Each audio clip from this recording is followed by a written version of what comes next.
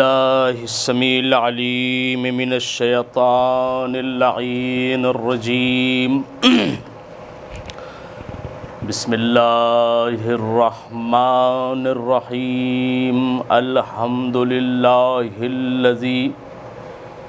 جازی کل صانع ورائش کل قانع وراحم کل ضارع ومنزل المنافع والکتاب الجامع بالنور الساطع وهو للدعوات سامع وللقربات دافع وللدرجات رافع وللجبابرة قامع فلا الہ غیرہ ولا شیء یعدلہ وہو علی کل شیء قدیر ثم الصلاة والسلام علی اشرف الانبیاء والمرسلین مولانا وحبیب قلوبنا وطبیب نفوسنا ابی القاسم محمد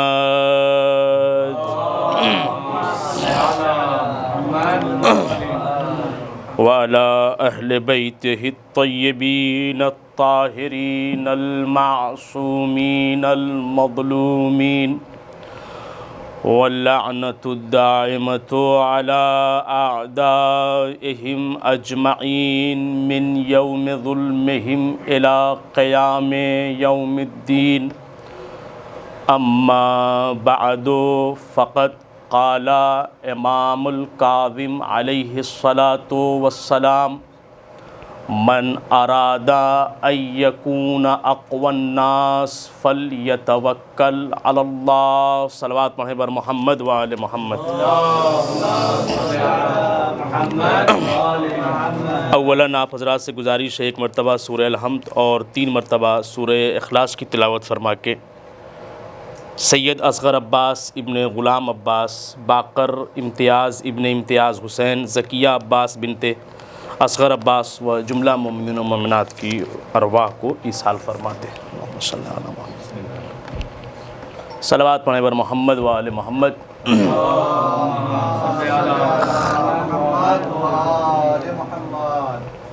حضرات سامعین ذوی الاحترام، ظاہر سی بات ہے کہ یہ مجلس ایصال ثواب کے عنوان سے منعقد ہوئی اور آپ حضرات نے سورہ فاتحہ کے ذریعے سے جن مرحومین کی ایصال ثواب کے لیے مجلس منعقد ہوئی انہیں یاد کیا۔ میں نے امام موسی کاظم علیہ السلام کی حدیث کی تلاوت کا شرف حاصل کیا، جس میں امام ارشاد فرما رہے ہیں من اراد ان یکون اقوی الناس فلیتوکل علی اللہ۔ اگر لوگوں کے درمیان کوئی یہ چاہتا ہے کہ قوی تر ہو جائے تو اسے خدا کی ذات پہ بھروسہ کرنا چاہیے۔ ظاہر ہے یہ تعلیمات اور یہ پیغامات یقیناً ہمیں کسی اور دہلیز و در سے میسر نہیں ہو سکتے سوائے در اہل بیت علیہم السلام کے۔ خداوند کریم نے ہدایت کے عنوان سے ایک سلسلہ قائم فرمایا اور اس عظیم ترین سلسلے میں جو سب سے ابرز ترین سلسلہ ہدایت کا رہا وہ ائمہ طاہرین علیہم السلام کے حوالے سے رہا، اور یہ بات زمانے کی نگاہوں کے سامنے ڈھکی چھپی نہیں ہے۔ سب جانتے ہیں کہ ہدایت کے مرحلے میں اہل بیت علیہم السلام کا کیا رول رہا ہے اور ان کا کیا کام رہا ہے۔ بات بہت واضح ہے، اظہر من الشمس ہے۔ آپ مولائے کائنات سے لے کے امام زمانہ جل اللہ فرجہ الشریف کے مبارک ترین وجود تک کا اگر مطالعہ کریں اور ملاحظہ فرمائیں تو آپ یہی محسوس کریں گے کہ کسی بھی زاویے سے ان ہستیوں نے عالم انسانیت کو تشنا نہیں رکھا۔ یہ الگ بات ہے کہ ہر ایک نے اپنی ظرفیت کے اعتبار سے ان سے کسب کیا، ان سے فائدہ اٹھایا، اور یہ بات بھی سن کے ہمیں حیران نہیں ہونا چاہیے کہ یہ تو ہمارے ہی سماج و معاشرے میں دیکھنے میں آتی ہیں باتیں کہ استاد جب مسند درس پر بیٹھ کے تدریس کے فرائض کو انجام دے رہا ہوتا ہے تو درس میں شریک ہونے والا ہر طالب علم ایک زاویے سے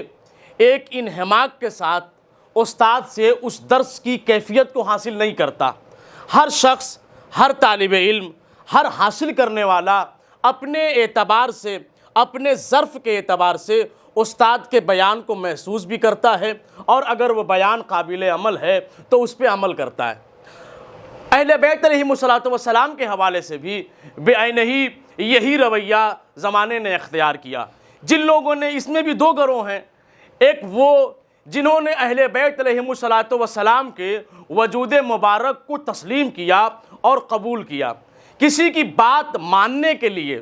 کسی کی بات کو تسلیم کرنے کے لیے جو سب سے پہلا زاویہ ہوتا ہے وہ یہ ہوتا ہے کہ سامنے والے کو تسلیم کیا جائے۔ اگر سامنے والا ہماری نگاہوں میں معتبر ہوگا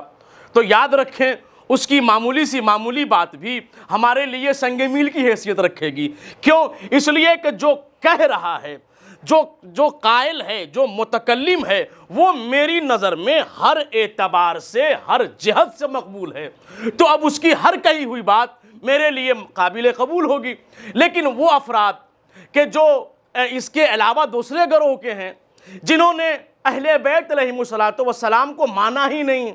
سمجھا ہی نہیں، یا ان کی یہ ضد رہی کہ ہمیں انہیں ماننا ہی نہیں ہے یا ہمیں انہیں سمجھنا ہی نہیں ہے، تو پھر یاد رکھیے کہ ایسی عظیم ترین باتیں کہ جن کے اندر نہ جانے کیسے کیسے مطالب کے سمندر پنہاں ہیں، لیکن جب وہ باتیں ان کے سامنے بیان کی جاتی ہیں تو گویا وہ ان باتوں کے درمیان سے ایسے گزر جاتے ہیں کہ جیسے ان کے سامنے کوئی بات بیان ہی نہیں کی گئی۔ تو معلوم یہ ہوا کہ قائل کی بات کا اعتبار جب انسان پہ زیادہ ہوتا ہے، جب وہ متکلم یعنی جو بات کہہ رہا ہے اس کی ذات کو بدرجہ اتم تسلیم کرتا ہو۔ اور الحمدللہ ہمارا تعلق اس گروہ سے ہے کہ جنہوں نے اہل بیت علیہم السلام کی ذوات میں سے کسی بھی ایک ذات کو سامنے سے مباشر طور پہ دیکھا تو نہیں، مگر ان کے وجود کو بھی تسلیم کرتے ہیں، ان کی کہی ہوئی باتوں کو بھی تسلیم کرتے ہیں۔ لہٰذا یہی وجہ ہے کہ آپ اس عالم اسلام کے اندر، آپ اس پوری کائنات کے اندر دیکھیں کہ ہم میں سے وہ علماء، ہم میں سے وہ افراد جو دہلیز اہل بیت سے جڑے رہے، اگر وہ کسی گوشہ نشینی کا بھی شکار ہیں تو ساری دنیا انہیں جانتی ہے، ان کے علم کا لوہا مانتی ہے، ان کی فکر کا لوہا مانتی ہے، ان کے کمالات کا لوہا مانتی ہے، یعنی ہر میدان میں وہ ابرز دکھائی دیتے ہیں۔ وجہ یہ ہے کہ ان کا تار ان ذوات مقدسہ سے جڑا ہوا ہے کہ جنہوں نے کسی بھی مقام عمل میں کبھی شکست پائی ہی نہیں، جہاں بھی گئے وہاں فتح کا پرچم بلند کیا ہے۔ صلوات پڑھے بر محمد و آل محمد۔ لہذا ہم نے جن شخصیات کا انتخاب کیا، اور یہ الگ مسئلہ ہے کہ ہم ایسے گھرانے میں پیدا ہوئے کہ ہمیں جو ہے وہ اہل بیت علیہم السلام کی محبت میسر ہوئی، ٹھیک ہے، یہ بات کہنے کی ہے، مگر اہل بیت علیہم السلام کے وجود اور ان کی جانب سے صادر ہوئے تمام تر کمالات اور ان کے کلام کو اخذ کرنا اور اس پہ عمل کرنا تمام ممکنہ صورت میں، یہ شرف انسان کو جب ہی میسر ہوتا ہے جب انسان اپنے آپ کو عملی طور سے، اپنے آپ کو فکری طور سے ان ذوات مقدسہ سے منسلک کر لے۔ توجہ چاہتا ہوں عزیزان گرامی، لہٰذا آپ دیکھیں میں نے جس حدیث مبارکہ کو آپ کی خدمت میں پیش کیا ہے، یہ حدیث ہمیں ایک پیغام دے رہی ہے اور ہمیں ایک سہارا بھی دے رہی ہے۔ امام کیا فرماتے ہیں؟ من اراد ان یکون اقوی الناس فلیتوکل علی اللہ۔ اہل علم تشریف فرما ہے، ترجمے کی حاجت نہیں ہے کہ اگر آپ قوی ترین بننا چاہتے ہیں لوگوں کے درمیان، فلیتوکل علی اللہ، تو اسے چاہیے کہ وہ اللہ پر بھروسہ کرے۔ عزیزان گرامی، اب اللہ پر بھروسے کا مطلب یہ نہیں ہوا کہ اللہ پر بھروسہ کر کے بیٹھ جائے، نہ ادھر دیکھے نہ ادھر دیکھے،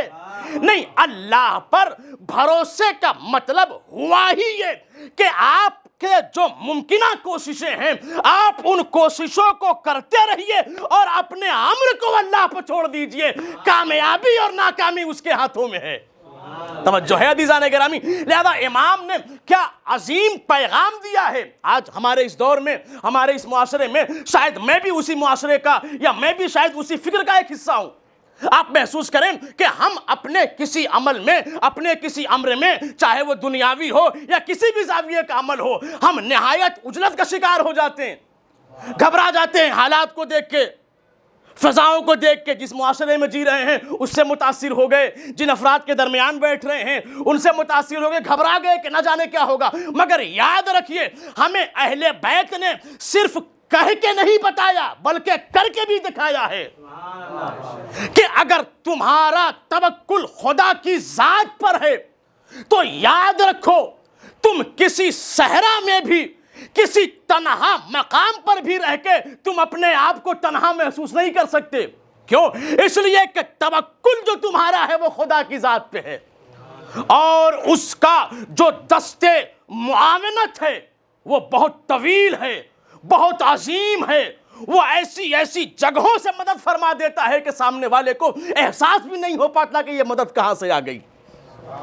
لہذا امام دعوت فکر دے رہے ہیں، اور خاص طور سے اس دور کے لیے کہ جہاں ایک افراتفری کا عالم ہے، ہر انسان ایک دوسرے پر سبقت لینے کے چکر میں پڑا ہوا ہے، ایک بھاگ ہے، ایک دوڑ ہے،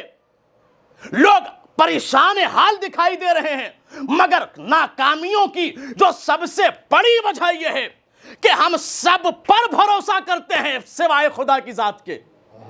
یاد رکھیں، اگر ذات الہی پر توکل ہو، اگر ذات الہی پر بھروسہ ہو،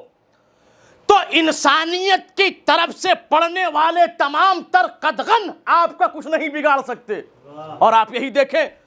دنیا نے ہر ممکنہ طور سے بغاوت اور دشمنی اہل بیت علیہم السلام سے برتی ہے یا نہیں برتی؟ آپ علماء ہیں، آپ حضرات اہل منبر ہیں، اہل کتاب ہیں، جانتے ہیں، پڑھتے ہیں، پڑھاتے ہیں، سناتے سمجھاتے ہیں، مگر آپ محسوس کریں کہ ہمارا کوئی ایسا امام بتا دے کہ جس کی زندگی عادی زندگی گزری ہو، سکون کی زندگی نہیں ملے گا کہیں تاریخ میں۔ ہر امام کو کسی نہ کسی زاویے سے پریشان کیا گیا، نیچا دکھانے کی کوشش کی گئی، ان کی عظمتیں گھٹانے کی کوشش کی گئی، ان کی تصویر، ان کے چہرے کو داغدار کر کے زمانے کے سامنے پیش کرنے کی کوشش کی گئی، مگر آپ بتائیں زمانے نے جتنا انہیں جھکانا چاہا، خدا نے اتنا ہی انہیں اٹھا کے پیش کیا۔ یعنی معلوم یہ ہوا کہ زمانے کی طاقتیں ایک طرف، خدا کی طرف سے آنے والی مدد ایک طرف۔ صلوات پڑھیں ور محمد وآل محمد۔ اور یہ تو رہی بات ہمارے ائمہ کی، ان کا وجود، ان کی ذات، ان کی شخصیت، ان کی عظمتیں، اس پہ ہمارے جیسا طالب علم کیا گفتگو کر سکتا ہے؟ نہیں، آپ یہ دیکھیں کہ وہ افراد جو ان کی دہلیز سے جڑ گئے، کہ جن کے ساتھ، جن کا عصمت سے کچھ لینا دینا نہیں ہے، دہلیز کے نوکر ہیں، دہلیز کے خادم ہیں، مگر معرفت چونکہ حاصل ہو گئی، توجہ چاہتا ہوں، ان کی سیرت کو اپنی سیرت کا حصہ بنا لیا، ان کی گفتار کو اپنے اندر اتارا، ان کی رفتار کو اپنایا، ان کے زاویے حیات کو اپنے لیے آئینہ قرار دیا، تو آج زمانہ اسی تناظر میں میسم کو دیکھتا ہے۔ توجہ ہے آپ کی؟ یعنی کس تناظر میں دیکھتا ہے؟ وہی عظمتیں جو علی کے اندر پائی جاتی ہیں، جب اس دہلیز سے لوگ ہٹ کے آ جاتے ہیں تو انہی عظمتوں کی کچھ روشنی آپ کو میسم کے وجود میں بھی دکھائی دے گی۔ بھئی کہاں سے آئی یہ کمال، کہاں سے آئی یہ عظمتیں، کہاں سے آئی یہ صفتیں ان کے اندر، یہ کمال کہاں سے آئے؟ کہ میسم نے علی سے بہت کچھ سیکھا، ان کی ذات کو اپنے اندر اتارا، جو انہوں نے کہا اسے مانا اور اس پہ عمل کیا، تو پتہ یہ چلا کہ پھر میثم کی ذات بھی اتنی بلند ہو گئی کہ لوگوں کے لیے زیارتگاہ کی حیثیت پا گئی۔ توجہ ہے بھئی، یہ کیوں ہو رہا ہے؟ میثم ہے، معصوم تو ہے نہیں، امام تو ہے نہیں، صاحب عصمت تو ہے نہیں، پھر یہ رتبہ کیوں، پھر یہ مقام کیوں، پھر یہ منزلت کیوں؟ کیا وجہ ہے؟ جواب یہی آئے گا کہ نہیں، میثم اہل بیت کے در کے غلام تھے، انہوں نے علی کی دہلیز سے بہت کچھ سیکھا، حاصل کیا، اپنے آپ کو علی کی تصویر میں دیکھا اور اپنے آپ کو اتارا۔ لہذا آپ محسوس کریں، فقط یہی نہیں ہے، ہمارے جو اصحاب گزرے ہیں، جو پیغمبر کے صحابی رہے ہیں، جو مولا کائنات کے صحابی رہے ہیں، انہوں نے اپنے اندر ان کو اتارا ہے۔ میں ایک روایت پیش کروں ابھی آپ کے سامنے، جناب عبداللہ ابن مسعود پیغمبر اکرم صلی اللہ علیہ وآلہ وسلم کی خدمت میں حاضر ہوئے، کہتے ہیں فدخلت یومن علی رسول اللہ، میں پیغمبر گرامی کی خدمت میں حاضر ہوا، فسلمت، اور میں نے پیغمبر گرامی کو سلام کیا۔ آپ محسوس کریں، عبداللہ ابن مسعود، بڑی فضیلت ہے ان کی، کون انہیں نہیں جانتا، اور خود باکمال شخصیتوں میں سے تھے۔ آنے کے بعد پیغمبر کی خدمت میں سلام عرض کیا، بعد سلام عرض کرتے ہیں یا رسول اللہ ارنی الحق حتی اتبعہ، اے پیغمبر، اے عالمین کے رسول، ہمیں حق دکھا دیجئے، ہمیں حق کی رہنمائی کر دیجئے تاکہ میں اس کی اتباع کر سکوں، اس کی پیروی کر سکوں۔ آپ نے محسوس کیا کہ اس دہلیز کا واقعی فیض کیا ہوتا ہے کہ اس دہلیز پہ آ جانے والے بھی حق و باطل کے فرق کو سمجھ جاتے ہیں، اور جب زیادہ خواہش پیدا ہوتی ہے تو پھر پیغمبر کے پاس آ کے کہتے ہیں کہ مجھے حق دکھا دیجئے۔ معلوم ہوا کہ عبداللہ ابن مسعود کسی خاص حق کو دیکھنا چاہتے تھے۔ توجہ چاہتا ہوں کہ پیغمبر کے پاس پہنچ کے انہوں نے یہ خواہش ظاہر کی، ارنی الحق، پیغمبر گرامی، اے نبی اکرم، مجھے حق دکھا دیجیے، حتی اتبعہ، تاکہ میں ان کی پیروی کر سکوں، تاکہ میں اس کی اتباع کر سکوں۔ توجہ ہے آپ کی؟ پہنچے جناب عبداللہ ابن مسعود، پیغمبر گرامی نے عبداللہ ابن مسعود کی طرف دیکھا، دیکھنے کے بعد فرمایا، کہا لج المخدع، توجہ ہے جانے گرامی، عبداللہ ابن مسعود کہتے ہیں فولجتو، پیغمبر نے فرمایا کہ مخدع کی طرف آپ متوجہ ہو جائیں، جائیں دیکھیں۔ وہ کہتے ہیں فولجتو، پس میں ادھر گیا، ادھر متوجہ ہوا، فرأیت ان امیر المؤمنین راکعا وساجدا، توجہ چاہتا ہوں عزیزان گرامی، یعنی معلوم ہوا کہ مراد پیغمبر کے مطابق جو ذات حق تھی وہ علی کی ذات تھی، اور جناب عبداللہ ابن مسعود اسی حق کو دیکھنے کے لیے پریشان تھے۔ میں ایک جملہ کہوں، ارے عبداللہ ابن مسعود نے نہ جانے کتنی مرتبہ امیر کائنات کو دیکھا ہوگا، مگر زبان پیغمبر سے حق کا مصداق سننا چاہتے تھے۔ صلوات پڑھیں ور محمد و آل محمد۔ توجہ ہے آپ کی؟ اب وہ فرماتے ہیں کہ فولجتو، میں متوجہ ہوا، میں اس طرف گیا جہاں امیر المومنین تھے، کہتے ہیں فرأیتو امیر المؤمنین، میں نے دیکھا کہ امیر المومنین ہیں، راکعا وساجدا، اور اس حالت میں ہے کبھی رکوع کرتے ہیں کبھی سجدہ کرتے ہیں، وَيَقُولُ عَقِيبَ صَلَاتِهِ، امیر المومنین جناب عبداللہ، وَيَقُولُ عَقِيبَ صَلَاتِهِ، اور وہ اپنی نماز کے بعد کہتے ہیں اللہم بحرمت عبدک محمد، اے پروردگار تجھے تیرے بندے محمد کی حرمت کا واسطہ، تجھے واسطہ تیرے بندے کا، تجھے واسطہ تیرے حبیب کا۔ کون کہہ رہا ہے؟ مولا کائنات کہہ رہے اغفر للخاطئین من شیعتی، ہمارے شیعوں میں جو خطا کار ہیں ان کو بخش دے۔ توجہ چاہتا ہوں عزیزان گرامی، آپ نے محسوس فرمایا، یعنی مجھے نہیں معلوم کہ عبداللہ ابن مسعود نے اس مقام سے کتنی عبرت حاصل کی، یہ مجھے نہیں پتا، نہ تاریخ میں یہ بات ملتی ہے، مگر اس حدیث سے، اس روایت سے اتنا تو پتا چل گیا کہ ہم صرف اپنی ہی دعاؤں میں نہیں ہیں بلکہ امیر کائنات کی دعاؤں کا بھی حصہ ہیں۔ صلوات پڑھیں ور محمد و آل محمد۔ آپ محسوس کر رہے حق دیکھا اور پھر اس کیفیت میں دیکھا، اللہ اکبر۔ اچھا آپ محسوس کریں کہ امیر المومنین کا یہ لقب بھی کتنا عظیم ہے کہ جب متوجہ ہوئے جناب عبداللہ ابن مسعود تو یہ نہیں کہہ سکتے تھے رأیت علیاً، میں نے علی کو دیکھا، مگر نہیں، عجب عظمت بیان فرمائی، رأیت امیر المومنین، میں نے مومنوں کے امیر کو دیکھا۔ توجہ چاہتا ہوں عزیزان گرامی، جب چاہت ہو، جب محبت کا تار جڑا ہو تو انسان کے خطاب کا انداز بدل جاتا ہے، اس لیے کہ جہاں چاہت ہوتی ہے وہاں امتیازات میں فرق آ جایا کرتے ہیں۔ اور جناب عبداللہ ابن مسعود نے شاید دبے پاؤں بہت سے لوگوں کو جواب دے دیا کہ دیکھو اپنے آپ کو اپنے جھوٹے منہ سے امیر المومنین کہہ لینا اور ہے، مگر علی کی طرح امیر المومنین ثابت کر کے دکھانا بہت بڑی بات ہے۔ صلوات پڑھیں ور محمد و آل محمد۔ توجہ ہے عزیزان گرامی، لہذا جناب عبداللہ ابن مسعود نے پیغمبر گرامی سے خواہش کی کہ میں چاہتا ہوں کہ مجھے حق کی طرف رہنمائی کی جائے، مجھے حق دکھایا جائے۔ اب یہیں پہ نہیں رکے جناب عبداللہ ابن مسعود، ایک قدم اور آگے بڑھے۔ اللہ اکبر، محسوس فرمائیں امیر کائنات کی عظمت کیا ہے، اور بارگاہ امیر کائنات میں بیٹھ کر ان کی فضیلت کا ادراک کرنا، یہ واقعاً کمال انسانی کے لیے بہت عظیم تحفہ ہے اور بہت عظیم بات ہے۔ یہ کہتے ہیں فخرجت لاخبر رسول اللہ، میں خارج ہوا، چلا کہ اب اس کی خبر جا کر کے پیغمبر اکرم کو دوں کہ میں گیا تو میں نے اس حالت میں دیکھا کہ علی کبھی سجدے کرتے ہیں، کبھی رکوع کرتے ہیں، اور پھر اس کے بعد اپنی نماز کے بعد اپنی نماز میں دعا کرتے ہیں کہ خدارا تجھے واسطہ ہے، تیرے بندے محمد کا واسطہ ہے کہ میرے شیعوں کی خطاؤں کو بخش دے۔ کہتے ہیں اب جب میں پلٹا اس حوالے سے، اس عنوان سے کہ جا کے اس کی خبر پیغمبر گرامی کو دوں،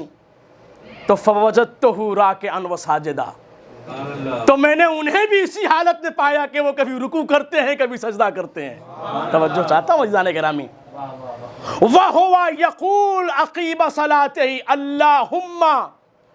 بِحُرْمَةِ عَلِيٍّ، اب پیغمبر کہہ رہے پروردگارہ تجھے علی کی عظمتوں کا واسطہ،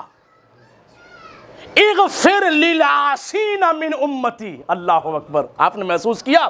کہ ادھر علی پیغمبر کا واسطہ دے کے اپنے شیعوں کے لیے دعا کر رہے ہیں، اور ادھر نبی علی کا واسطہ دے کے اپنی امت کی گناہوں کی بخشش کی دعا کر رہے ہیں۔ محسوس کیا، یعنی بتانا چاہتے ہیں گویا پیغمبر نے ایک پیغام دے دیا کہ اگر تم اپنی دعاؤں کو بارگاہ احدیت میں قابل قبول کرانا چاہتے ہو تو علی کا واسطہ دو، کیونکہ پیغمبر جانتے تھے کہ آنے والی امتوں میں بہت سے لوگ ایسے آئیں گے جو علی کو اپنی دعاؤں میں واسطہ قرار نہ دیں گے، اور جب واسطہ قرار نہ دیں گے تو پھر کامیابیاں ان کے قریب بھی نہ آئیں گی۔ پیغمبر نے بتایا،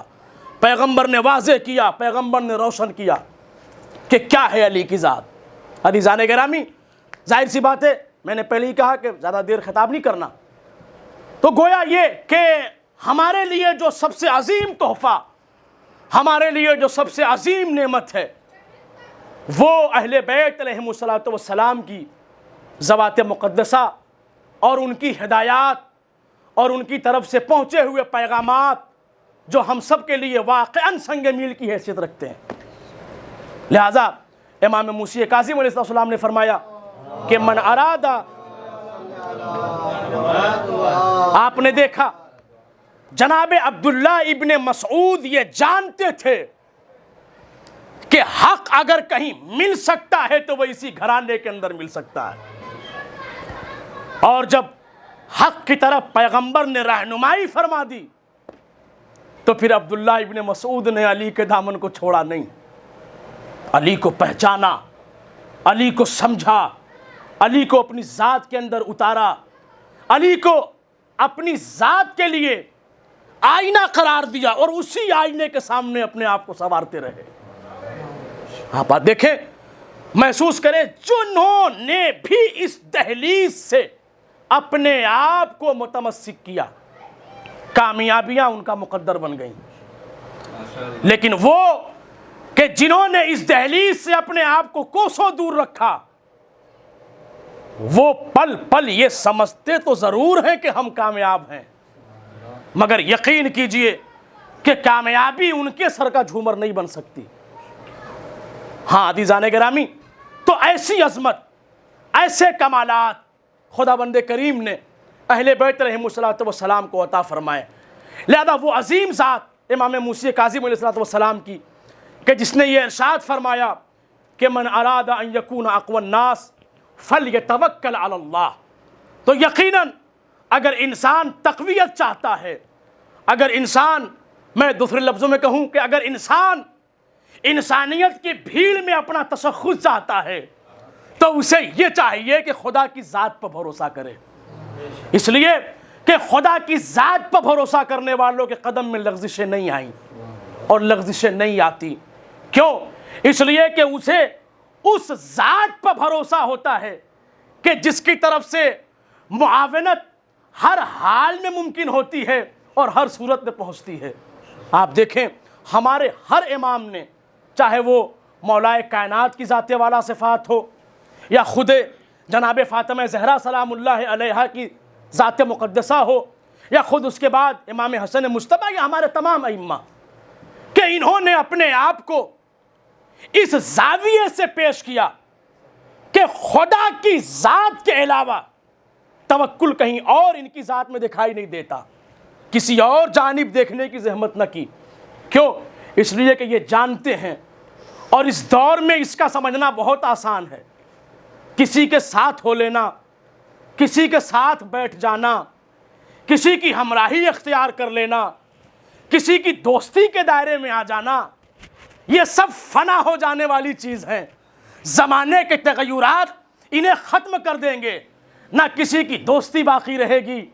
نہ کسی کی ہمراہی باقی رہے گی، نہ کسی کے ساتھ نیکی کرنا باقی رہے گا، مگر اگر باقی رہنے والی ذات کوئی ہے تو وہ خدا کی ذات ہے، کہ جس کی مدد، جس کی طرف سے آنے والی امداد ہر صورت میں انسان کو میسر ہوگی۔ لہذا ہمارے ائمہ نے ہمیں یہ پیغام دینا چاہا کہ دیکھو، اگر تم چاہتے ہو کہ اپنے آپ کو مضبوط ترین کرو، اگر اپنے آپ کو قوی ترین کرو زمانے کے سامنے، تو تمہیں خدا کی ذات پر توکل کرنا ہوگا۔ عزیزان گرامی، ظاہر ہے کہ تفصیل مقصود نہ تھی، میں اسے لے کے کربلا کی طرف آؤں۔ آپ دیکھیں، خود امام حسین علیہ السلام کی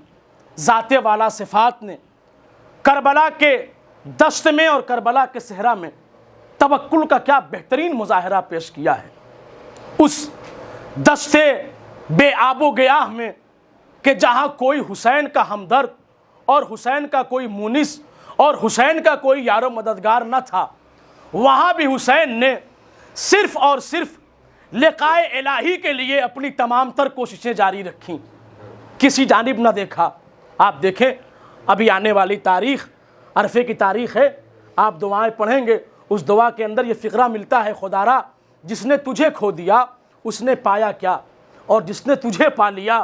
اس نے کھویا کیا۔ میں سمجھتا ہوں کہ توکل کی اس سے خوبصورت تفسیر کچھ اور نہیں ہو سکتی۔ امام نے کیا بہترین انداز میں شاید اسی احساس کو لے کے حسین کربلا کے دشت تک پہنچے۔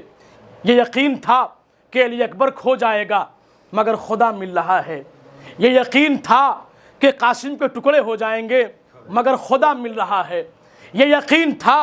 کہ عباس کے بازو قلم ہو جائیں گے مگر خدا مل رہا ہے، یہ یقین تھا کہ بہن زینب کے سر سے چادر اتر جائے گی مگر خدا مل رہا ہے، یہ یقین تھا کہ علی اصغر کے گلوے نازنین پر تیر لگ جائے گا مگر خدا مل رہا ہے۔ عزیزان گرامی، میں نے اسی لیے اپنی گفتگو کی ابتدا میں یہ بات بیان فرمائی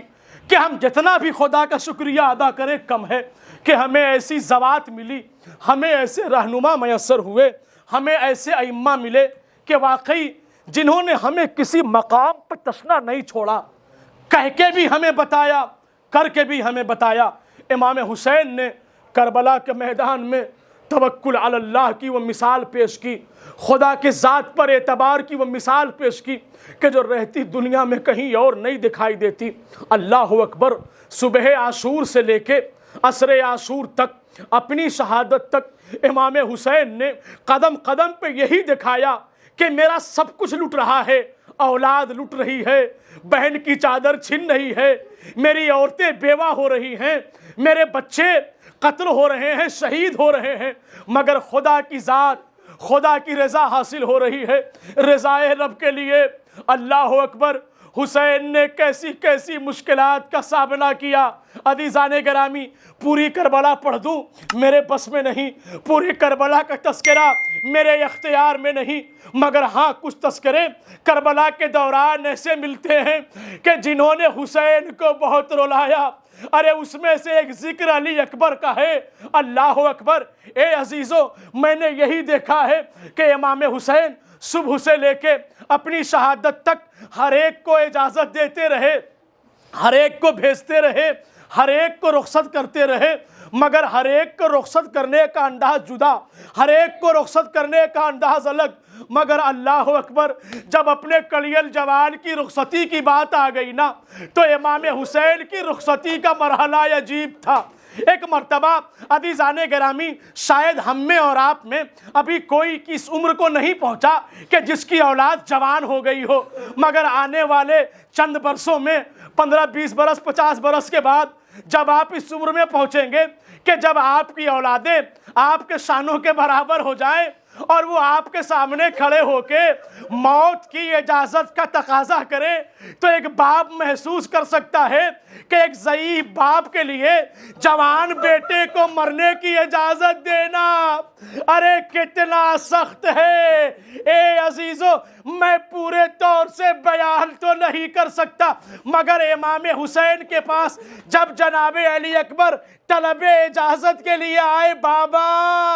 ارے اب مجھے بھی مرنے کی اجازت دے دیجئے، امام نے فوراً اجازت نہ دی بلکہ خیمے کی طرف اشارہ کیا، اے بیٹا علی اکبر، ارے جاؤ اپنی پھوپھی سے اجازت لے لو، اپنی ماں ام لیلہ سے اجازت لے لو۔ اے عزیزو، تاریخ میں ملتا ہے، روایتوں میں یہ بات موجود ہے کہ جب علی اکبر خیمے میں اجازت لینے کے لیے گئے ہیں تو ارے بانوان میں ایک کوہرام کا عالم تھا۔ علی اکبر خیمے سے اس طرح رخصت ہوئے ارے جیسے کسی جوان کا جنازہ۔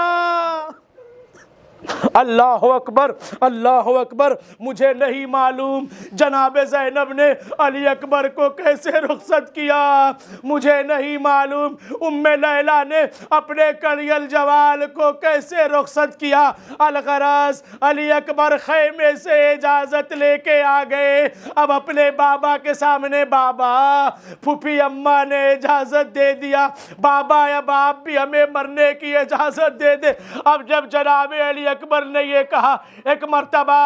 امام حسین نے سر سے پیر تک علی اکبر کو دیکھا، اپنے ہاتھ کو بلند کر دیا، اے میرے پروردگار، ارے تو شاہد رہنا، میں اب اسے بھیج رہا ہوں جو گفتار میں رفتار میں ارے تیرے حبیب محمد سے بہت مشابہ تھا۔ جب میں چاہتا تھا کہ اپنے نانا کی زیارت کروں تو میں علی اکبر کی طرف دیکھ لیتا تھا۔ اے عزیزو، بھائی امام نے یہ جملے بیان فرمائے، علی اکبر کو رخصت کر دیا، علی اکبر کو گھوڑے پر سوار کیا، علی اکبر میدان کی طرف چل ہی رہے تھے کہ چلتے چلتے ارے پیچھے سے کسی کے آنے کی آہٹ محسوس ہوئی۔ مڑ کے دیکھا تو کیا دیکھا کہ ضعیف باپ ہے، ارے کمر پر ہاتھ رکھے ہوئے خرامہ خرامہ علی اکبر کے رہوار کی طرف بڑھتا چلا آ رہا ہے۔ علی اکبر نے دیکھا، اپنے رہوار کو روکا، بابا ارے آپ نے تو ہمیں رخصت کر دیا تھا، اب آنے کی زحمت کیوں کی؟ امام فرماتے ہیں، بیٹا